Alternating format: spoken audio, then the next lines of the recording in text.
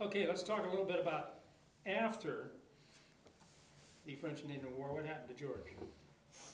George went back home about 1758, and he went back home. He retired his commission, went back home to Mount Vernon, took care of some things there. He wanted to come back, though, because he wanted to defeat the French at Fort Duquesne, really bad. And finally, they sent General Forbes in there, and Forbes came in, and he was the guy that actually made it possible for them to get to Fort Duquesne, which is not on here. It's probably about right in here. There's the Ohio River. And finally, after all those years, they got to Fort Duquesne, and interestingly enough, they won the battle without firing a shot. Because when they got there, the French had been alerted by their Indian friends. I don't think you want to fight these guys. There's way more of them than there are of us. They took off, and they burned the fort down. So as George and British soldiers got closer and closer, they noticed there were clouds on the horizon, only to discover when they got there, the French had long gone, burned down the fort. They finally achieved their objective. They spent 3 years trying to get rid of Fort Duquesne. Had a lot of time, a lot of money, and a lot of troops, and finally it was over. So when that ended, the French and Indian War went on, but it was primarily in the North Country. Most of the battles were then fought were way up. And of course, George is down here. So he resigned his commission in the Virginia Regiment. That's what he was the head of the Virginia Regiment. They were all volunteers, by the way. And at that time, of course, the British had their troops, but they also relied on militia because they didn't have enough troops here.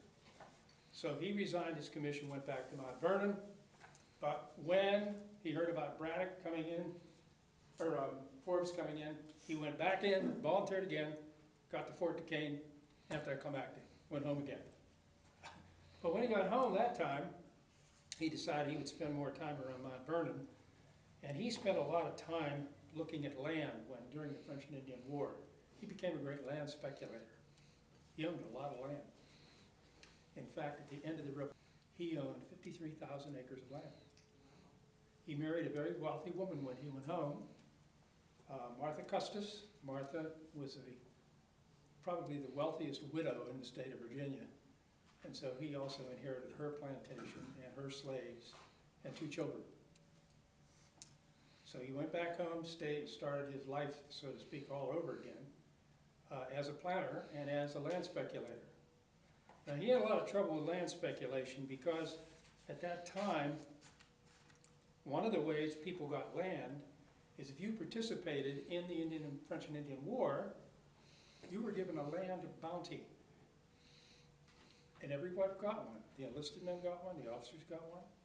And what they did, because in order to get people to do this, because they didn't have that much money, said, if you come and fight the war, when the war's over, we'll give you several hundred acres of land in that new territory out there, the Ohio Territory, which at that time was the frontier. That was the frontier. And there was lots of land out there, lots of Indian on that land too. So from all of his experience there, and he was a surveyor, by the way, he actually surveyed a lot of that property before the French and Indian War. So he knew what was out there. And his view was, this is the way the country's going to grow. Sooner or later, we're going to push the French out, which of course they did. So he started ahead, and he was a real land acquisition guy. He was kind of consumed with owning land. And of course with his own wealth, which was not that substantial, but with his wife's wealth, they could buy a lot of land, and they did. And most all of it was out here in the Northwest of the Ohio country. That's where they own most land. In fact, there's a river that goes through West Virginia called the Kanawha River, or they call it the Great Kanawha River. It's about 100 miles long. He owned, on that river alone, he owned 42,000 acres. And of course, it was all good land because it was bottomland. Just the kind of land you want to own for farming. All that good, rich topsoil. So he was the largest. At that time, there was, it goes in West Virginia today. It's in West Virginia today. At that time, there was no West Virginia. West Virginia didn't have until the Civil War. So it was all part of Virginia. And in fact, if you take a look and Barbara here was showing me a map earlier that talked about these different territories. Virginia went all the way to the Mississippi River, as did Georgia, as did the state Pennsylvania. When the king gave them the grant, it went all the way to the Mississippi River. Now, they could never control that out there, so it was kind of like, yeah, you got it, but what do you do with it now? But that, in fact, was the original land, or land grant to the colonies. Most of those colonies went all the way to Mississippi. West Virginia was the farthest west part, there we go, West Virginia. But that, as I say, at the time, he probably would have been, without a doubt, the largest landholder in West Virginia, if it did exist. So he was really into land big time. But he ran into a lot of problems because every once in a while, the Washington, the Brits would come in and they would reorganize everything. And one of the things they sent was Lord Dunsmore. And Lord Dunmore, his charter was to control the movement into Indian land, because that's what the British had established with the Indians on treaties. That there was a certain amount of that land that was theirs. And Lord Dunsmore came in and he was starting to enforce and move settlers out of those Indian lands. Well, you can imagine how well that went over. And guess what? A lot of that land was George's land. So he saw his investment going down the tubes, taking our land. That was a constant battle with him, because every time he turned around, there was some English guy coming in there and changing the rules of the game.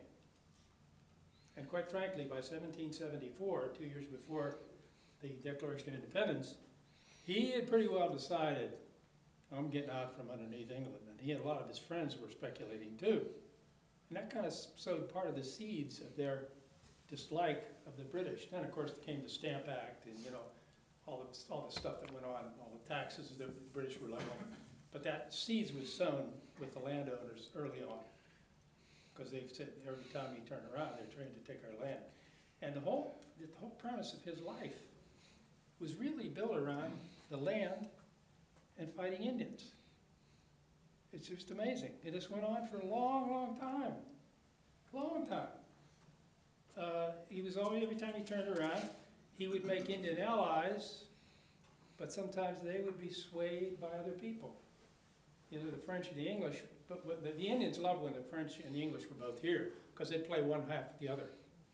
How many guns you gonna give me? Well, the English gonna give me 6 guns. They played it off beautifully. This went on for a long time. It was a great game, back and forth. Then, of course, when the English beat the French, then they only had the English. So they lost a lot of their bargaining power. The Indians lost a lot of their bargaining power, because now there was only one source of things that they wanted, mainly guns. Guns, pots and pans, metal axes, all of those wonderful trade goods that both the French and the English supplied them. So they went back and forth and back and forth and back and forth on that. Finally, of course, when Dunmore was done and they got rid of him, along came a guy by the name of Pitt, William Pitt, who became the Prime Minister of England. Actually, there's some discretion on it. Some people say he was the Secretary of State, and some say he was the Prime Minister. I don't know which is right. Whatever. He changed the whole game plan, and he started really pushing the English and into the different places. And till here again, we got into the business of kicking settlers out. By the way, a lot of those settlers were Scots-Irish and German.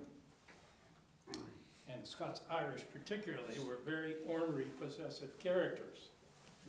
And George actually, he had some, McElhinny just got here, he's laughing back there, the Scots-Irishman there. They forced him off, these guys had settled on his land. They were squatters, and they weren't leaving. Thank you very much. So this became a big battle, once again, of land. It's always about the land, expanding the country, owning land. You really get to feel this whole movement pushing. And of course, once you got the French out of here, that opened all that up. but you still had lots of battles going on. You still had Indian raids going on. Even during the Revolutionary War, there was Indian raiding. But it was always about land. Usually the most successful speculators, and there were lots of them, were guys that betrayed the public interest. A lot of these people were public officials. Sounds just familiar, something like something we do today? Some things don't change, you know, history does repeat itself. A lot of them were members of the House of Burgess, which was the congressional arm, if you will, of the Virginia colony, and they exploited that mightily. And of course, their idea too was to own the land and then rent it back to some farmer. You know, preferably some dumb Scotchman or some dumb German out there, you know. Of course, that didn't work well at all, because they just squatted on the land and said, sorry, we're here first. But at any rate, that became the big thing. So for the actions of men like Henderson, they undermined the British government. In fact, there's a little quote here that's kind of interesting. It says, undermined the British government's attempt to slow the assault of the Indian land. I know of nothing so likely to interrupt and disturb tranquility with the Indians as the incessant attempts to defraud them of their land by clandestine purchases. This was written by an Englishman in 1775. Everybody wanted the land, including the Indians, of course, but they said, it's our land, not your land. And of course, the battles went on and on and on. It turns out in the Revolutionary War, they were still raiding. Indians were still raiding into the settlers. And ultimately, George had to go to war with them, and he did. In fact, he waged several campaigns against them. Not one, many.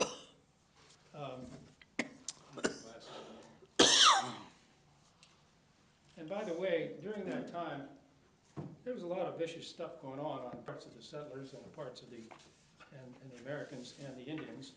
Let me just read you a little chapter here. There's a book, by the way, called The Barbarian Years. And The Barbarian Years is a wonderful book, and what it really, when you get done reading it, you'll realize both the early pilgrims and settlers and the Indians were both barbarians. They were both barbarians. It was a barbarous time. Let me give you a taste of that. Here's this guy was a frontier trader, and his name was Michael Cressup. At the mouth of the Yellow Creek, Daniel Greathouse and another group of thugs murdered 13 women and children. They were the family of a Mingo chief, Technodorus, who was also known as Logan. The victims included Logan's Shawnee wife, his pregnant sister, the wife of Pittsburgh trader John Gibson.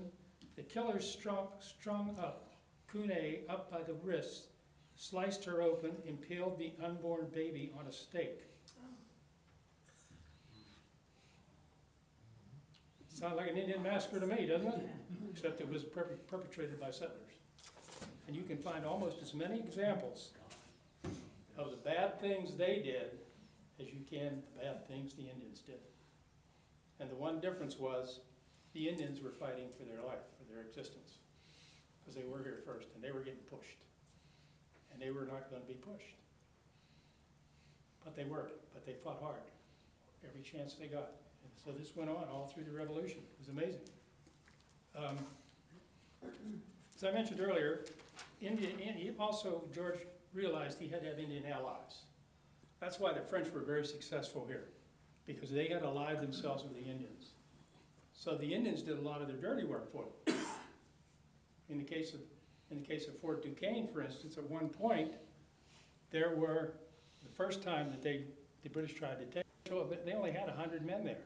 And here came Braddock with 1,400 men, but they had 400 Indians.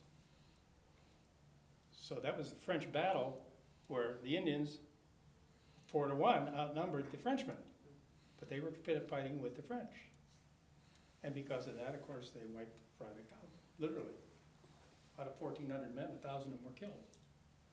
Indian tactics, once again. So George began to realize that we had to ally themselves with the Indians in some way, because there were still a lot of them during the Revolutionary War, And all of a sudden, he's faced with a problem. He's fighting the British on one hand, and on the other hand, he's fighting the Indians, because they're still raiding. So it was really two wars at once. You don't hear about the Indian part of it. But at one point, he had 1/4 of the Continental Army fighting Indians. And he didn't have a big army. The Continental Army was not a huge army. So 1/4 of those guys were fighting Indians while the other were fighting the British. So he was really waging two wars at the same time. Now he decided, after a while, that Indian allies were not the best of allies. They really fought for different reasons. It took them a long time to figure out the fact that they weren't really fighting for the Americans or the British. They were fighting for themselves. And if they won a battle, they did not pursue the enemy in many cases. They would take off and go home and say, we're done. We made our point. We're out of here. So they had a very different philosophy. But underneath that, they were trying to protect the land that was their land, and they knew that they were getting pushed out. And they were going to rebel, and they did. And they felt a lot of times that during the Revolutionary War, that's a great time to rebel, because we know that the Americans got their hands full fighting the British. They're in a weakened position. And so they actually upped the ante. So they were doing a lot of raiding, and here again, George would try to have treaties with these people. Some of them were kept. Of course, we wind up, violating most of the treaties we ever wrote with these people. They were violated anyway. And somebody said, well, why did they pick this guy who you just told us, and the movie told us, really was not a very good military man? Why did they pick him to be general? Well, there was two reasons. Number one, at the time, there really was nobody with any kind of military experience much involved in founding the country. Most of Ben Franklin was never military experience.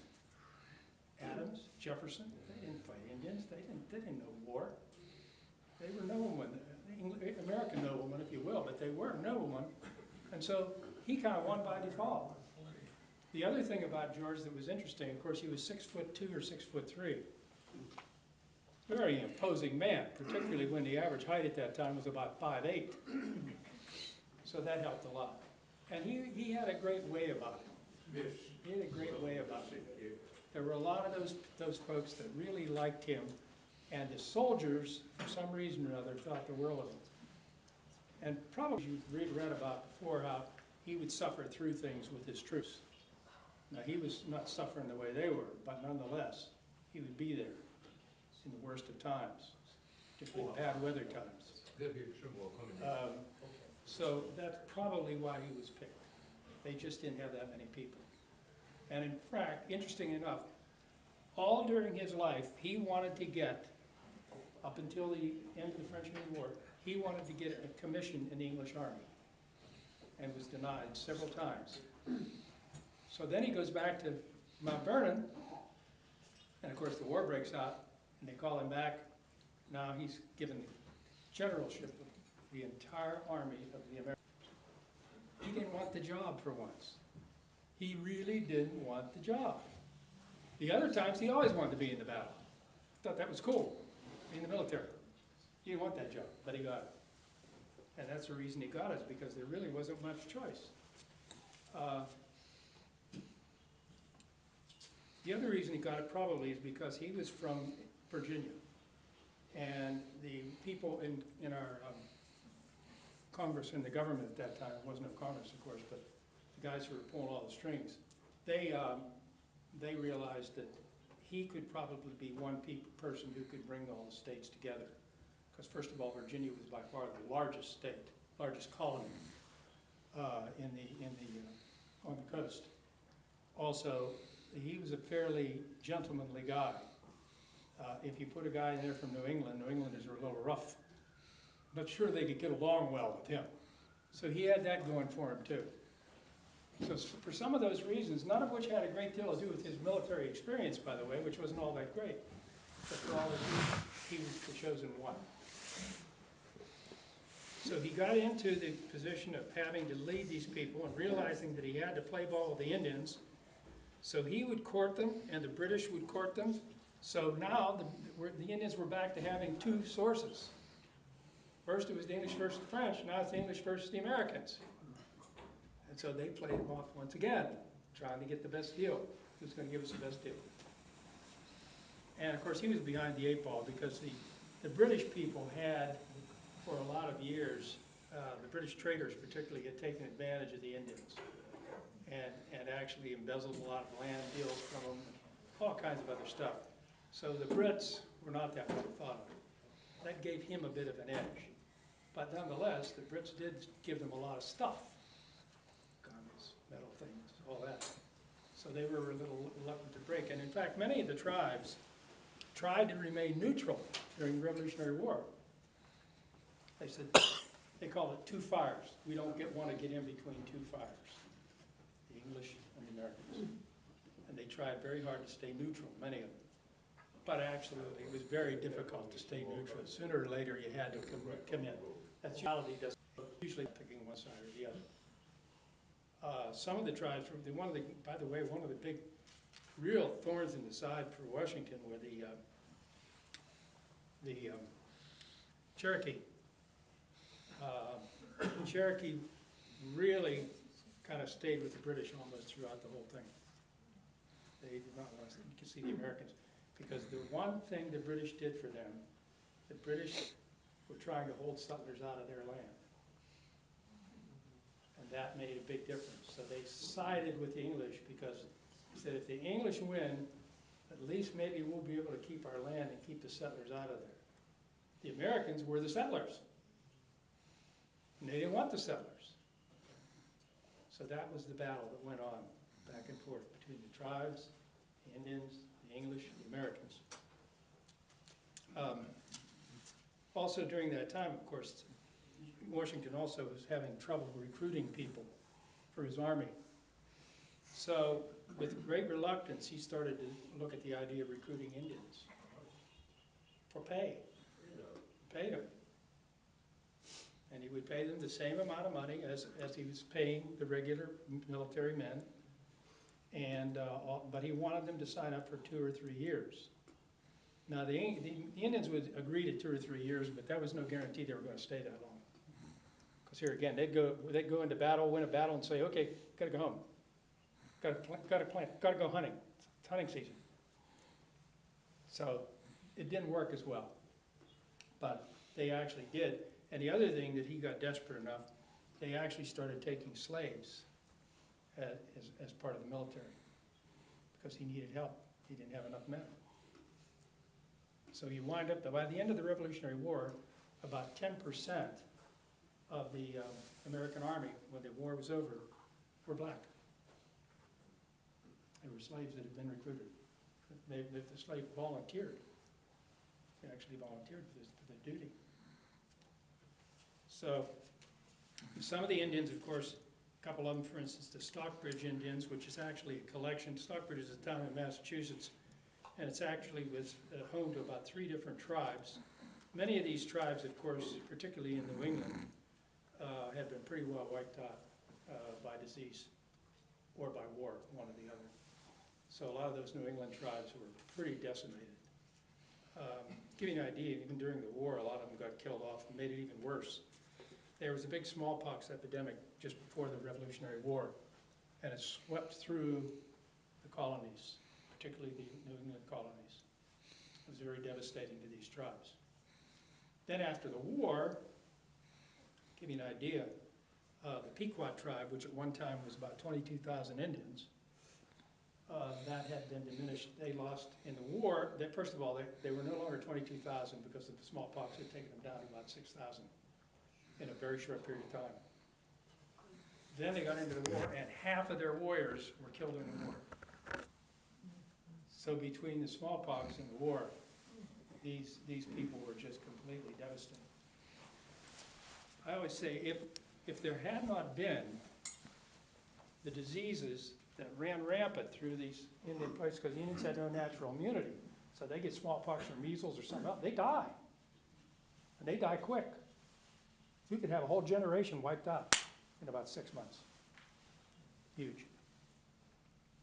So, had it not been for those diseases, we would probably be a country with a very different demographic profile. They would probably be the largest minority group in our society. Because bear in mind, there were lots of them then. But 80% of the Indian population was wiped out by diseases. So the population loss was huge, absolutely huge. And in the war, as I say, many of them fought in it. They did take sides, because most of them finally did taking sides. They were pretty well decimated. Now, give me the Stockbridge Indians, which had been very good about being allies and engaged in a lot of battles. Of course, lost a lot of men. But here to show you how these things work. The Stockbridge Indians suffered heavy losses in 1779. This is toward the end of the war. When the survivors of the war returned home, they found that their white brothers had taken over their town government and land while they were away fighting for liberty. Typical, unfortunately. The number of tribes, of course, did report the Americans, but here again, some did try to stay neutral. They didn't. One of them that actually got a big commission, there was a chief called the Kanawha tribe, and the chief of that was made a lieutenant commander in the American Army because he had volunteered. He was primarily from Canada, but he wanted to fight the British. And he became known as Colonel Lewis, and he participated in many, many battles and was one of our best allies during the war. As a result of the success, Washington urged Congress to engage the Indians, which he did. And he used them as much as he possibly could. Other tribes, of course, like in Maine and Nova Scotia, which were the Malisets, Penobscots, the Abenakis, they visited Washington in '75. And they were trying to stay peaceful, and actually George encouraged them to stay that way. He didn't want to fight another war up there. He was already fighting war. He didn't anymore need up in trouble up in the New England and Canadian area. By the way, one of the first treaties that the new American government signed was the treaty with the Penobscot Indians, which was signed in 1776, 2 weeks after we signed the Declaration of Independence. One of the first treaty that the new American government signed was with the Penobscot Indians. Indians they were, and by the way, as I mentioned, they would give them full pay, term for 2 to 3 years. The British, in the meantime, during this war, by the way, were trying to stir up all the Indians against the Americans. And they had a lot of contacts. There were British traders that had been there a long time and knew these people and had their respect. And in addition to that, there were several British officers that had a lot of long experience. And they would go in and try and fire these Indians up. They would promise them things. They would tell them, they're going to take your land. You better stay with us. We protect your land. They're going to take your land if they win. And of course, they won to a large degree. A lot of them did support the British. But ultimately, of course, they didn't. Cherokee we talking about, they took what's called taking the hatchet against the Americans. In response, the American Army invaded the country, mainly in the Cherokee area, burned their houses, destroyed their corn, and forced them to sue for peace. And Washington said, let that serve them as a warning. So he went in, he became, by the way, his nickname was Town Destroyer. And there's a great irony to that. His grandfather was also nicknamed by the Indians, the Town Destroyer. His grandfather came to America very early in the 1600s. And of course, there were a lot of Indians down around right in this area. Of course, they did battle, but George didn't grow up around Indians much. Mount Vernon, that area, the Indians were all primarily either moved west or dead. So he really didn't have much experience with it growing up until he got involved in French and Indian War when he was 21 years old. But up to that time in his life, the Indians were not a big deal. They didn't figure. I mean, the land had all been pacified. He lived in a planter society, very safe. There were no Indians raiding there, unlike out here, where the Indians were raiding constantly. Cherokees had, of course, taken the hatches, so he went to war with them. Most Indian tribes in Maine and Nova Scotia, for instance, they remained neutral. They wanted to stay away, and he was quite happy to oblige them. He did not try to use them as allies because he felt that would cause another problem. Combining Indians and American woodsmen is also something that they did, and he felt that by doing that, if we could get these Indian guys that had fought in the French and Indian War that play the Indian game, will terrorize the British troops. So they would do the same kind of things the Indians did to the British troops. He employed the same tactics against them. So a lot of these guys dressed like Indians in many cases. They actually dressed like Indians because they wanted to terrorize more of the British, so that's what they would do. And of course the British were not learning, once again, putting too many troops together in a tight area. And of course that's perfect for guerrilla warfare. That's what they did. Congress kept giving him permission to hire more Indians, but George was reluctant to do it. He did it a couple times. As I say, he didn't have a great experience with it. He also, when we recruited these guys, it was real interesting. He recruited them and said, we'll pay you this much, and we want a 2-year term, but you have to bring your own weapons and blankets. I thought that was kind of interesting. You're going to fight for us, but we don't have any guns to give you, so you got to bring your own gun. Pretty interesting. So by 1778, he was backing off from using Indians as much as he could, but they were still raiding, so he had to do something about that. Iroquois people, as I say, call him the town destroyer, and interestingly enough, I'll give you some numbers here. He sent a number of different people into there, and one of the things, to give you an example of how bloody it got, the Indians were split on the British, fought for both. Colonel William Butler in 1778 was sent to the Indian towns of Aqua and Unadilla, which was Mohawk, Tuscarora, and Mohican Indians. And they were all Christians. Don't forget, a lot of these people had been, most of them that were Christians were the Moravian missionaries, were very active, and they made Christians out of them.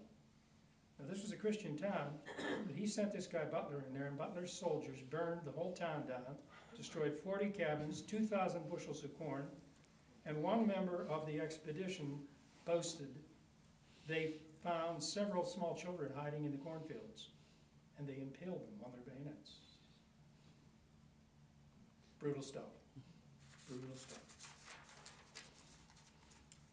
Washington was also continued to be faced with raiding, and he said he finally came to the point that the only Indian is a dead Indian. He really got to that point where he just had so much going on between the Indians and the British that he said that's enough. So he started invading the Indian lands more.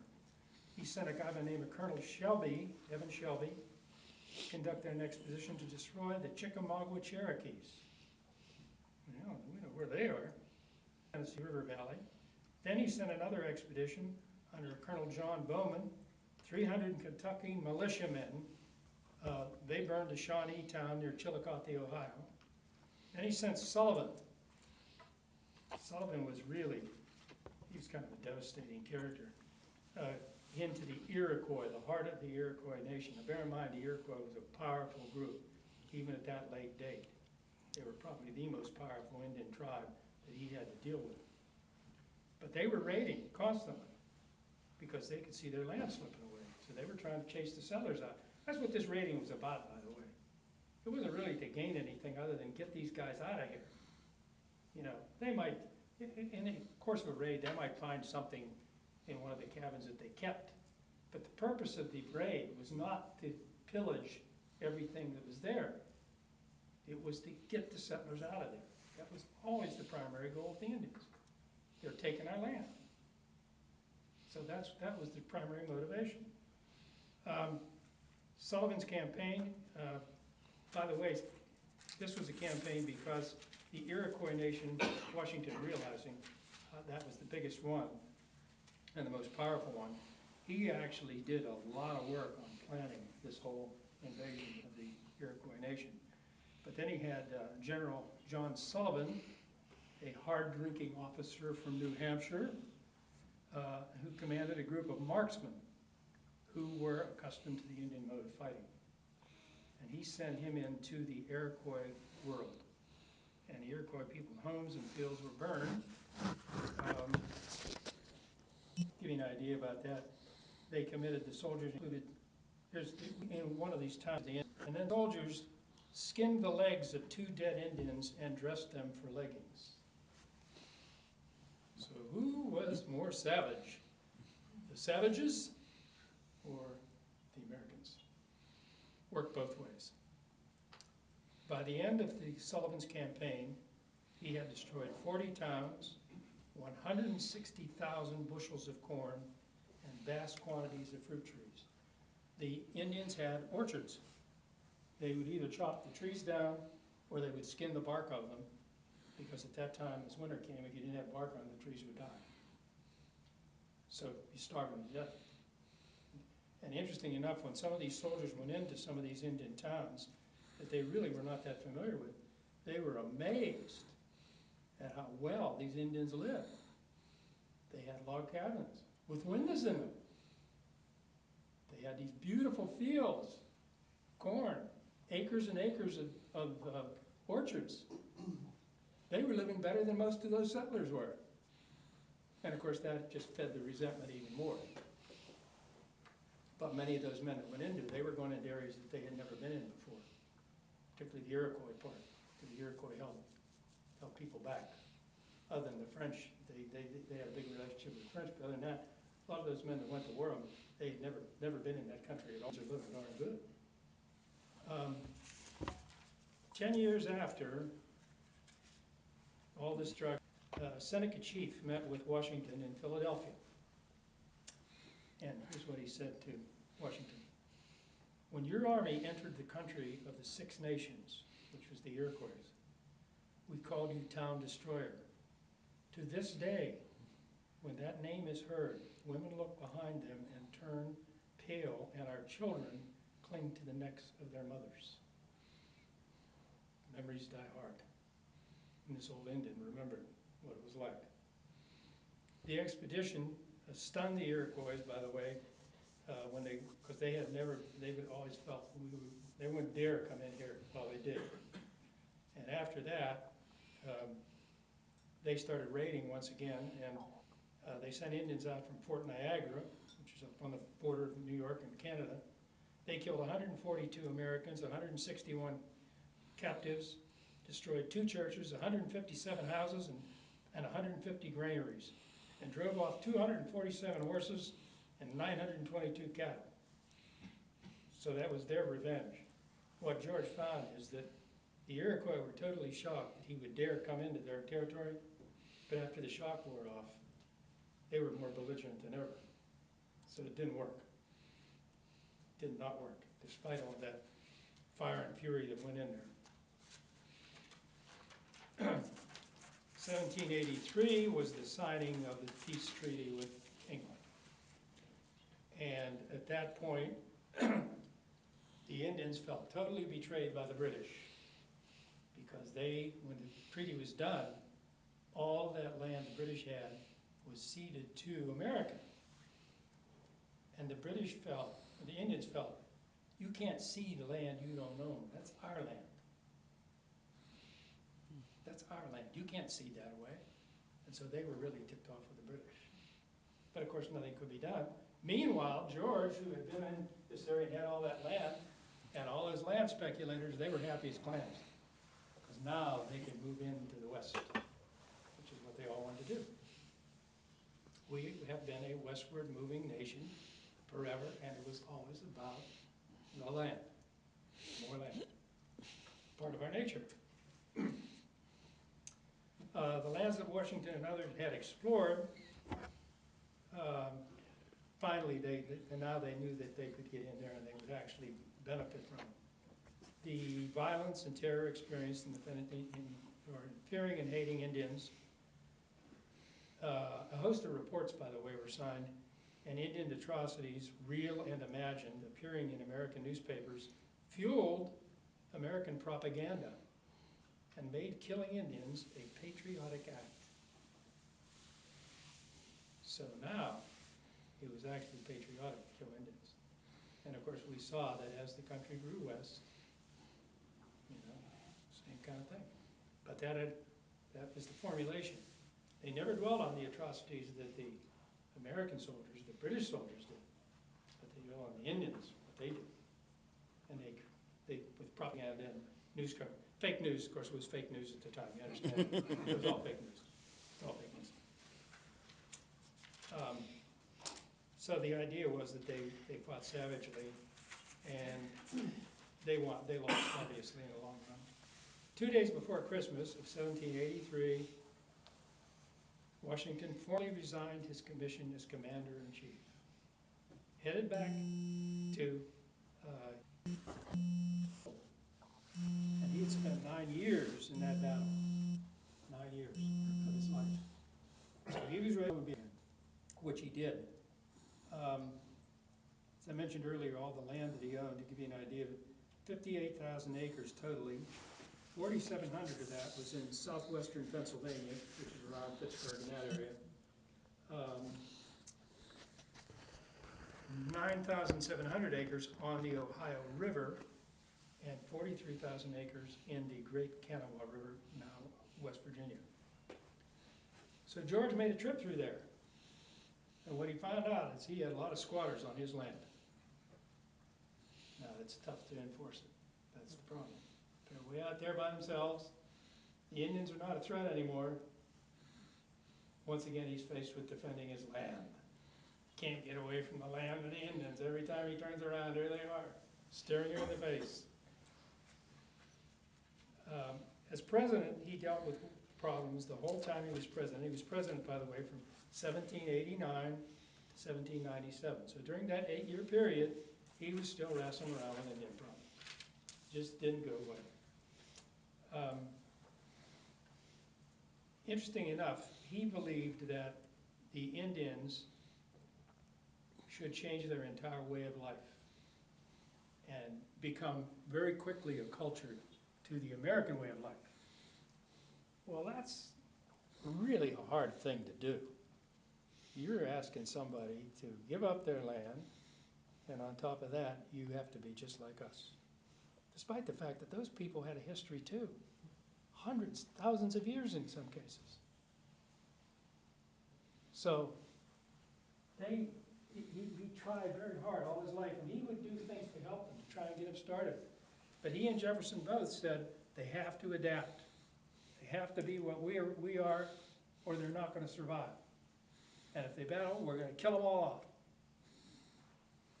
But the long and short of it is that instead of adopting Washington's recipe for their survival, the Indian people adapted. Instead of ceasing to be Indians, they changed and continued to be Indians. They built on their Native American traditions, cultures, and values to give themselves an American future. So they never really converted.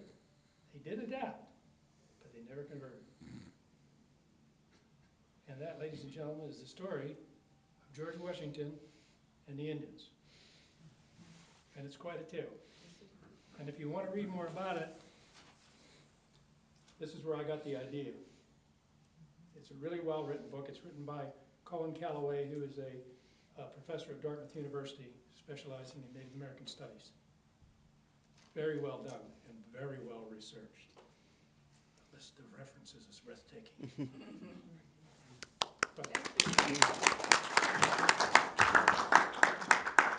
Thank you for coming. Any questions, any comments? Tom, I have a question. Yes, sir. How were all these deeds recorded that were Washington, what legal agent gave him title, or how did you record these titles? Some of them were recorded, many of them were not, and many of them got lost in the shuffle of the war. So a lot of them were titled, and Dunsmore, even Lord Dunmore, when he was involved, he said none of those titles were worth nothing. And that's one of the things that irritated George most, because George is looking at all that land out there. So they were not formally, some of them were surveyed, strangely enough. A lot of that land had been surveyed. But there was all this question of legal title, who had legal title. And the squatter said, you know, we don't care about your title. We've been living here for 10 years, and we're not leaving. Thank you very much. End of story. So what are you going to do, fight all the squatters? You know, you can do that, but for what? But you're right about the question. There's questions, a lot of questions about the legal title, if you will. But there were surveys done. Yes? From last week, what was the age difference between George and his brother? George's brother was about 10 years older, 10 years older than he was. And of course, as we mentioned, he was really George's mentor because George's father died when he was 11 years old. How long do you think he was with him? He was with, Lawrence died, by the way, about 10 years later. And they were, actually, he had a serious illness, and I can't remember what it was. He and George went down to the Caribbean islands because supposedly there was some sort of medicine down there that might help him. It didn't. He came back and died, and then George inherited Mount Vernon from his brother, which was very unusual because traditionally, George's brother, Lawrence, inherited Mount Vernon and the plantation from his father, okay? Now, the will said if Lawrence died, the land would go to his wife. She only lived 2 months after he died, and she died. So George then was the next line in beneficiary. So that's how he got a hold of Mount Vernon. But it was just a fluky thing that she would die, because she wasn't that old. But she got some kind of sickness and killed her, and all of a sudden, hey George, you're a plantation owner. There was another thing in the mix, because many of the colonies, later states, claimed the same land, Yes. handed out titles, sold the land, Yes. and that was another whole mess. to There's be 2 sorted chapters out. in the books on all the land gamesmanship that was going on with the Indians and the settlers and the states. For instance, if you get up here in Pennsylvania claimed this land, and so did Virginia.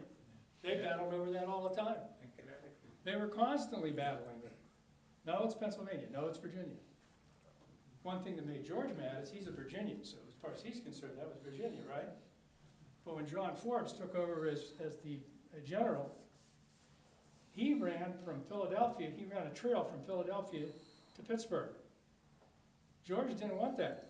George wanted him to use Braddock's path. Why? Because Braddock Path was close to Mount Vernon to Pittsburgh.